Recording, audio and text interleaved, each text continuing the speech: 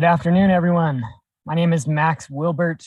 I'm one of the co-founders of Protect Thacker Pass, and I'm joining you today from Thacker Pass, as you can see behind me.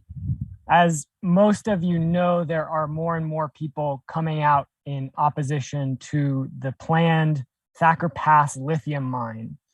This mine is being proposed by Lithium Americas Corporation via their United States subsidiary called Lithium Nevada. And it's located in Paiute and Shoshone territory in what is now northern Nevada. There are a lot of different reasons that people oppose this mine, because it will harm wildlife, because it will pollute the water and draw down the water tables, because it's going to destroy thousands of acres of habitat and harm sacred sites, and not least because it's a greenwashing project. The corporation claims it is good for the planet, when in reality, it will only harm the planet in many different ways. I am only serving as your facilitator today. We are going to hear a few words from Miranda from People of Red Mountain. She's currently at a gathering in Boise speaking on this very issue, so she might be coming in a bit later in the broadcast. We're going to hear from Will Falk. Will is the attorney who is currently representing the People of Red Mountain, a group of tribal members from the Fort McDermott Paiute and Shoshone tribe, as well as the Duck Valley tribe. And he's also representing the Reno-Sparks Indian colony in a lawsuit that's ongoing against the Bureau of Land Management and the Lithium Nevada Corporation. If people have any questions for Will, for Miranda, for anyone else who's on this call, we want to invite you to put those comments on the live stream. This is being broadcast to multiple different platforms right now, so it's possible that we may miss some of those comments, but we'll try and respond to as many of them as we can. Before we go any further, I want to pass the mic over to Myron Smart. Myron is a member of the Fort McDermott tribe, and he's also part of People of Red Mountain, Atsa Koodakuh wyh Nuwu. And Myron has offered to say a prayer today to open this press conference. Myron, are you here and ready to go ahead with that? Myron is currently in the bathroom. He will be right back. Okay, well, Will, do you want to jump in and get started with a brief overview of what happened in the courtroom today? Myron is walking out of the bathroom now. Okay. And I'll let him say a prayer now. Okay. All right, Myron, if you're ready to get started, we're ready for you. Thank you. Okay, whenever I'm ready. Yeah. Okay.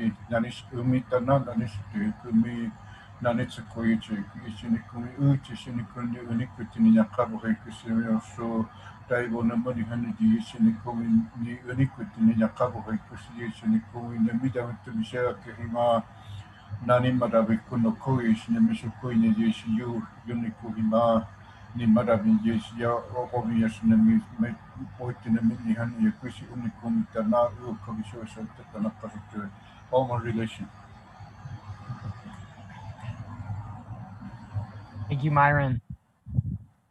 So let's go on now to Will. Will, can you tell us a little bit about what the current legal situation is around the Thacker Pass lithium mine and what happened in the courtroom today? Yeah, so this morning we had oral arguments on a motion for preliminary injunction that the Reno-Sparks Indian colony and Atsa Koodakuh wyh Nuwu, the People of Red Mountain, filed at the end of July A preliminary injunction is a court order to stop something. And in this case, one of the first things that Lithium Nevada needs to do before they can build their mine is they have to remove all of the cultural resources and artifacts off of the project area. So we found out at the end of May that they were trying to do that as soon as the third or fourth week in June. There's 4 environmental plaintiffs, 4 environmental groups that are already involved in this lawsuit. They moved quickly for their own preliminary injunction, arguing that these archaeological digs would harm the land in Thacker Pass. They were making an environmental argument. But we realized that they had not brought any tribal claims, and there are certain consultation laws that the federal government has to follow when they're doing these big projects. One of those laws is the National Historic Preservation Act, which gives tribes a right of consultation when a project is affecting areas that they attach religious or cultural significance to. We worked really quickly in July to intervene in the case that was already ongoing. So we had to file a motion to intervene, which told the court, hey, look, we're these new plaintiffs that have an interest in this project, and our rights are not being adequately protected right now. So we asked the judge to let us into the case, which she did. And then we quickly filed that motion for preliminary injunction at the end of July. So for the last 4 weeks or so, there's a whole series of written arguments that are exchanged between the parties. We drafted all those, filed all those, and then this morning was when the judge actually heard us make our oral arguments. And she is going to issue a decision, she said, next week. I would imagine that'll be early next week, about whether or not BLM and Lithium Nevada can hire this archaeological contractor to start doing mechanical trenching operations and dig hand-dug holes in Thacker Pass in Pahimaha. What they want to do is they want to dig at least 7 40-meter long, several meter deep trenches in Pahimaha. And they would be doing this to see how many artifacts are actually in the ground in Pahimaha. When they do these things, the archaeological contractors get to keep those artifacts. So according to the federal government, public land is not owned by tribes, it's owned by the federal government. And therefore, any sort of artifacts or cultural resources that are on that public land, according to the federal government, it's the federal government's. So we use the National Historic Preservation Act, which has a strong consultation component, to say that the Bureau of Land Management unreasonably failed to consult with the Reno-Sparks Indian Colony, with the Burns Paiute tribe, and with the people of Red Mountain, the group of traditional folks from the Fort McDermott Reservation. It's difficult to really get a read on what the judge was thinking. I think what the case is really going to come down to is whether she thinks that the Bureau of Land Management, who only sent 3 letters to 3 different tribes, the Fort McDermott Paiute and Shoshone tribe, the Winnemucca Indian Colony, and the Summit Lake Paiute tribe. They did not actually engage in any consultation. They just sent these letters that said, hey, there's this project. What do you all think about it? Of course, this was happening during 2020, during COVID, and those tribes did not respond. And so they fast-tracked the project and issued the final record of decision on January 15th, 2021. And our main argument was this is the biggest lithium pit mine in the world. It's one of the biggest open pit mines in the region, and it's the biggest lithium mine in the United States. And BLM needed to alert and actually engage in meaningful consultation with more than just those 3 tribes. There's probably at least 15 tribes in the region that attach religious and cultural significance to Pahimaha. This includes many of the Northern Paiute tribes, Shoshone tribes, Pit River Indians. All of these people over the years, for millennia, have moved through Pahimaha, have prayed and hunted and gathered in Pahimaha, and they had a right to be consulted, and BLM did not do that. The reason they did not do that is because they were trying to get this through before anybody could notice that it was going on. Yeah, we'll see if the judge, the BLM in Lithium, Nevada argued that there's been other projects in the Thacker Pass area over the last 15 years or so, and that no tribe alerted BLM to the sacredness of Thacker Pass. It's not a very good argument because all these other projects also failed to consult with all these other tribes that attach religious and cultural significance. But, you know, we are going up against an American legal system that is designed to protect projects like this and designed to make sure projects like this go through. So we'll just have to see what the judge decides.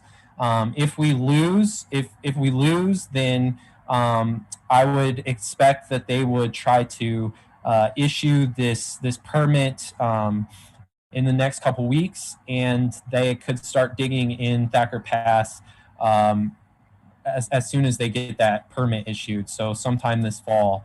If we win, and the judge issues a full-on temporary restraining order or preliminary injunction, then there will not be any archaeological digs until after the underlying lawsuit is resolved.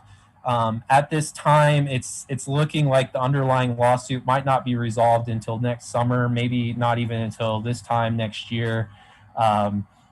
There's some legal things going on that will probably slow it down. The Bureau of Land Management is taking a long time to put together the administrative record, which is the body of evidence that the judge considers in order to rule on the underlying lawsuit.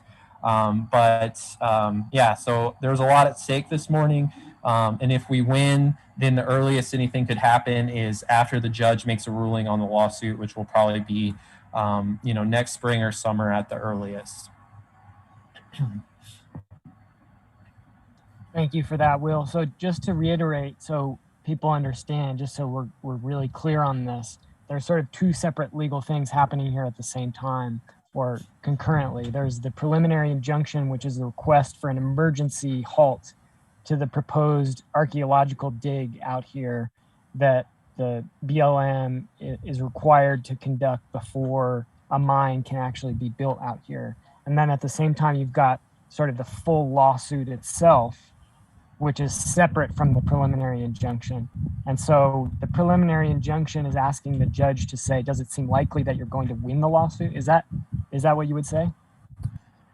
Yeah, so I forgot this part. American law assumes that any sort of injury someone suffers or injustice or harm that they experience can always be repaid with money.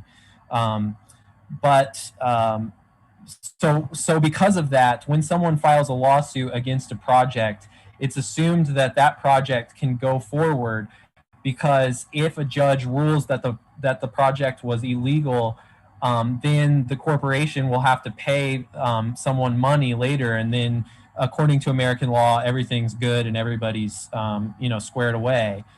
But thankfully, American law also recognizes that sometimes there are damages or harms or injuries that happen to the land or to people that simply can't be repaid with money. And so a preliminary injunction preserves the status quo of what's happening in the case, so that the underlying claims can be litigated over time. So the preliminary injunction is just one part of a much longer lawsuit, and it's something that we want to have happen quickly so that we can make sure that there is no physical disturbance in Thacker Pass while the rest of the litigation is going on. Thanks for clarifying that, Will. So we've got questions coming in on the chat. If people are watching and they have a question, if you want something clarified, feel free to leave a comment. We're going to try and get to as many of those as we can. I'm going to start with one here, Will, that is sort of a softball for you, since I know you've been involved in this type of law quite a bit. Somebody's asking about personhood for Thacker Pass. Would it be possible to give or somehow recognize legally the rights of Thacker Pass and protect it using that legal mechanism? Well, okay, so to explain the concept of personhood, personhood is a legal concept that gives whoever holds personhood a bundle of rights. So, it's easy for you and I as citizens to be considered persons, and we understand that we have all these rights under the Constitution and the Bill of Rights. Now, the same thing is true for corporations in this country. Corporations are considered legal persons and have many of the same rights as individual citizens are. So there is a movement in this country to give big major ecosystems or just natural communities like Thacker Pass the rights of personhood. So just like a corporation can be a person, someone would argue Thacker Pass could be a person. And I have been involved on some work to give personhood to the Colorado River, for example. And then actually my co-counsel on this case, a great attorney named Terry Lodge, he led a big effort to give Lake Erie the rights of personhood in Ohio over the last few years. But usually the way that works is, well, Thacker Pass, the reason that personhood probably wouldn't be a good angle for Thacker Pass is Thacker Pass is completely on public federal land. So you would have to get, you would basically have to get a declaration from a federal judge that Thacker Pass is a person, or you'd have to get something like Congress designating Thacker Pass to be a person. Now, if major ecosystems had the rights of personhood, most of the American economy would be impossible because the American economy depends upon exploiting the natural world. The federal government knows this. The Bureau of Land Management knows this. Judges know this. And that's why there hasn't been any successful personhood cases in the United States. Yeah, theoretically, if Thacker Pass was considered a legal person, then we could protect Thacker Pass a lot better. But practically, there's just really no viable avenue towards getting Thacker Pass personhood. In other personhood or rights of nature campaigns that I've been involved in, we've used smaller local governments. Like in Toledo, we used the city of Toledo's ballot initiative process for the citizens of Toledo to actually vote to give Lake Erie rights. And then we tried to claim that because the citizens of Toledo democratically enacted the Lake Erie Bill of Rights, then it should stand. Of course, a federal judge struck that down because rights of nature are completely offensive to the Constitution.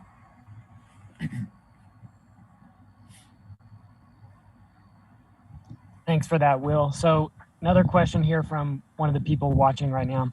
Why did the BLM handpick a few tribes to consult with while ignoring many others? I mean, I guess the real answer is they picked tribes that they figured would be non-responsive. It's as we've been learning with the Fort McDermott Tribal Council, it takes them forever to get things done. and they rarely have quorum.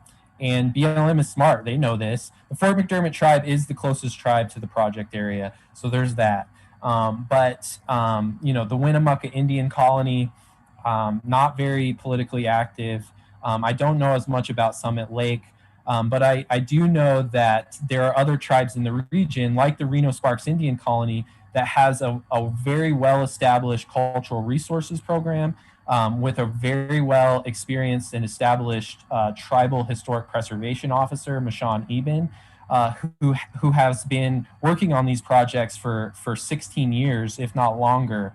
And BLM, you know, BLM knows that, hey, if we notify Mashawn about this project, she's gonna fight us on this. She's gonna want to be consulted. She's gonna want to have some say over what happens to those sacred sites.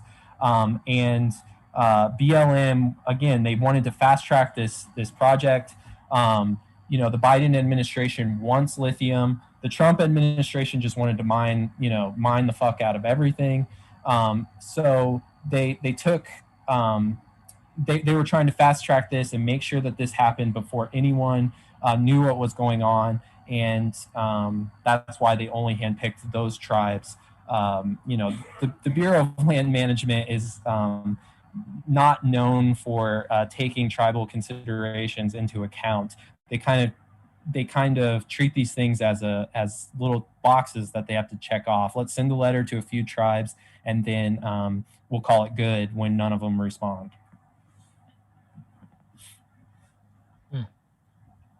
Not surprising to anyone who follows these issues. Another question here for you, Will. The lawyer for Lithium Nevada has repeatedly argued that the Thacker Pass lithium mine is good for the nation. This is a question from one of the readers. How does stealing water from the Paiute and Shoshone people out here and the land for the greater good not amount to racism and discrimination? Why are the Paiute and Shoshone people being asked to sacrifice their land, their water, their air for these luxury items, electric vehicles, that Joe Biden claims will solve our climate crisis and, build back better, somehow revive the American economy as well? My short answer is this is America. This is what Americans have done since 1492. The country, the United States, is built on stealing native land, massacring native people, and then stealing the resources that native people used or lived on.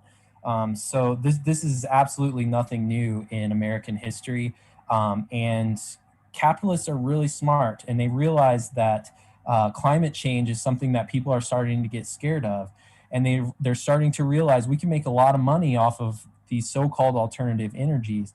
And just like any other sort of resource extraction has harmed native people the most, first and foremost, the lithium is going to follow that same storyline. They realize that you can't take these resources from predominantly white communities, because those people, that's just not that's unthinkable in American politics. So they go to these native communities, and these communities that have already been like in Thacker Pass. One of the big things that we talked about today was this massacre, this 1868 massacre. Well, the elders in Pihemaha have a story of another massacre. So there's probably at least 2 massacres within about 10 miles of Thacker Pass. That's the way that the American government has controlled native people. First, they massacred them, pushed them onto reservations, kept them impoverished, and then they go and cite these big projects that nobody else would want to live by, and they cite them next to native people. And then they claim things like, oh, look how good we are, we're going to give the reservation a few jobs. Meanwhile, they're poisoning their water, poisoning their air, and stealing their resources. This has been what America has done since 1492, or European settlers have done since 1492. It's just another example of colonization and genocide. Okay. another question for you here, Will. What will it take more than going to court ultimately? Can we trust the court system and the legal system to actually stop this project? Is that going to be enough? No, no. So at the end of the day, what the Reno-Sparks Indian Colony and the people of Red Mountain and Burns Paiute Tribe, all that we are capable of asking for through the National Historic Preservation Act is that the Bureau of Land Management go through a consultation process in a meaningful way. That consultation process does not give the Burns Paiute Tribe, the Reno-Sparks Indian Colony, or the people of Red Mountain the power of consent over their ancestors' own artifacts and sacred sites. So the National Historic Preservation Act is not asking Native people if it's okay if we take the resources. It's saying we're going to take the resources, but we're going to talk to you to try and make it a little bit easier for you before we do it. So our lawsuit, if we win, all it's going to do is push BLM back into an earlier phase of this project where they'll have to consult more. And likely what they'll do is they'll go through the consultation process in a better way, in a way that is good enough for a judge to sign off on it. And then, the project will push forward. The same thing goes with the environmental plaintiffs who are bringing claims under the National Environmental Policy Act.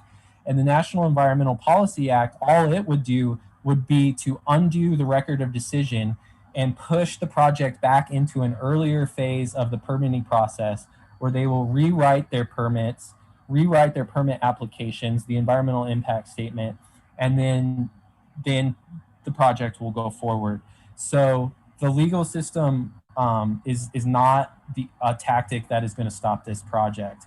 It can be a tactic that forces things back into an earlier part of the permitting process and give us time to rally more support, give us more time to organize. But the legal system by itself is not going to stop this project. And one of the things that I always say is, we can no longer rely on judges or the government to protect us in the land. We're going to have to learn how to protect the land ourselves. We can't rely on other people to do the right things for us. We're going to have to do the right thing ourselves.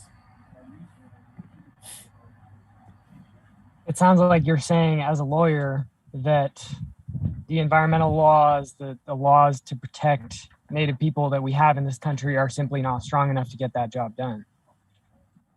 Yeah. That's exactly what I'm saying. I mean, this is a good example. The Thacker Pass project is a good example because the underlying law that really makes this whole project possible is the 1872 Mining Act, which was a law passed in 1872 when the United States was in horrible debt from the Civil War. And they realized they could raise a lot of money by selling these cheap mining claims and cheap mining leases in public lands around the West. So the United States is actually 60% public land. And the 1872 mining law says that the highest and best use of public land is not for the public, is not for, going and camping on it, not for enjoying it. The best and highest use of public land by law in the United States is mining. And so the American economy depends upon this. The world economy depends upon this around the world. And major world governments are not going to hamstring their ability to extract from the land. This is what colonization is based off of, and this is what the world economy is based off of. And law really serves to protect the economy. It doesn't serve to protect the land.